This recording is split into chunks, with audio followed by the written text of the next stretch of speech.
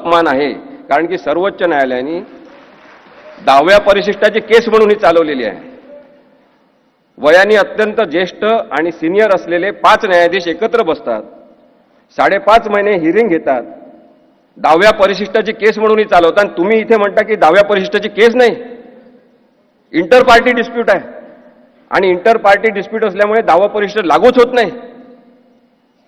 याच्याबद्दल महाराष्ट्रातल्या सगळ्या लोकांनी प्रश्न विचारला पाहिजे.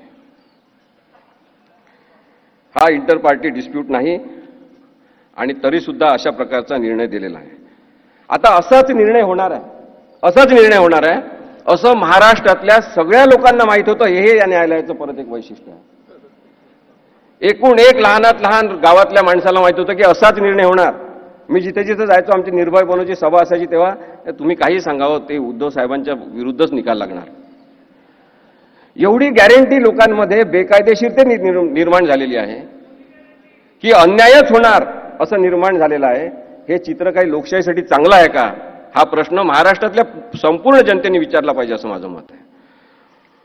अन्याय होणार, चुकीचेच होणार, हा जो लोकांचा विचार होता त्याचा अपेक्षाभंग राहुल नार्वेकर यांनी केला नाही.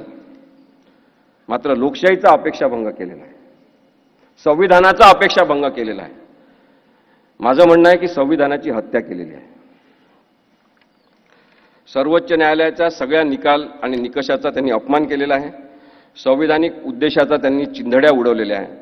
मी उद्धव साहेबांसमोर सुद्धा हे सांगायला मागे पुढे बघणार नाही, कारण मला काही प्रॉब्लेम नाही आहे तसं म्हणण्यामध्ये सुद्धा की हा केवळ उद्धव साहेबांचा प्रश्न नाही.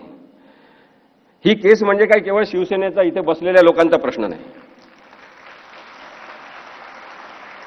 ही केस म्हणजे वाईट प्रवृत्तीचं राजकारण वाढत राहणार, हा चिंतेचा जो याच्यातला हे आहे मुद्दा आहे तो आहे.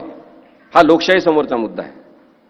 आणि म्हणून भीती वाटते आपल्याला, मला भीती वाटते की अशा पद्धतीने जर न्याय होणार असेल, जसं मगाशी संजय राऊत साहेब म्हणाले की सगळ्या वकिलांनी खूप चांगली बाजू मांडली, आमच्यातर्फे सगळे साक्षी पुरावे चांगले देण्यात आले.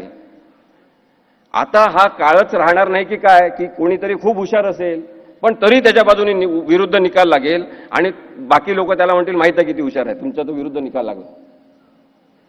ही परिस्थिती चांगली नाही आहे. आणि म्हणून मला असं वाटतं की म्हणजे मला खूप त्रास व्हायला लागलेला आहे जेव्हापासून संविधान कळायला लागलेलं आहे. मानसिक त्रासाचा हा मुद्दा होऊ शकतो काही लोकांसाठी ज्यांचं डोकं ठिकाणावर आहे, ज्यांना हे कळतं की हा कसा काय निर्णय दिलेला आहे. आणि आता यांच्यापैकीच काही जण 14 केसेस यांच्या विरुद्ध दाखल केले. इथे बसलेले काही लोक खाली बसलेले, भरत गोगावले यांनी दाखल केले हायकोर्टामध्ये केसेस की या सगळ्या लोकांना अपात्र का केलं नाही. न्यायालयाने अशा प्रकारची केस दाखल करून घेऊ सुद्धा नाही असं माझं म्हणणं आहे. तुम्ही संपूर्ण न्यायव्यवस्थेची कायद्याची थट्टा उडवता का.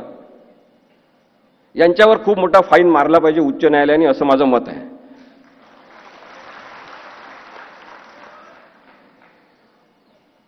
एक शेवटचं सांगतो आणि थांबतो. 2 मित्र होते आणि ते दोघं जण भेटले पारावर. तर तो मित्र म्हणाला की माझ्या बकरीने अंड दिलं आहे. तो म्हणा रे बकरी कुठे अंड देत असते का. नाही माझ्या बकरीने दिलाय अंड.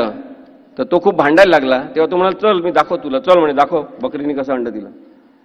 घरी गेले ते त्याच्या, तर त्यांनी त्याच्या कोंबडीचंच नाव बकरी ठेवलं.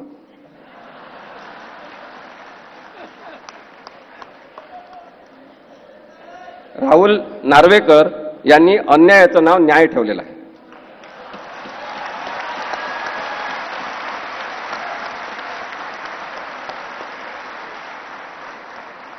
दुसरीकडे खूप मोठा भ्रष्टाचार न्यायव्यवस्थेत वाढत आहे, याच्याबद्दलची चिंता मी नक्की व्यक्त करीन.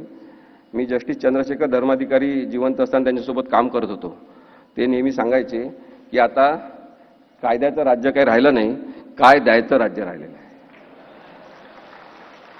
आणि असं जर चित्र असेल तर हे लोकशाहीसाठी काही चांगलं नाही.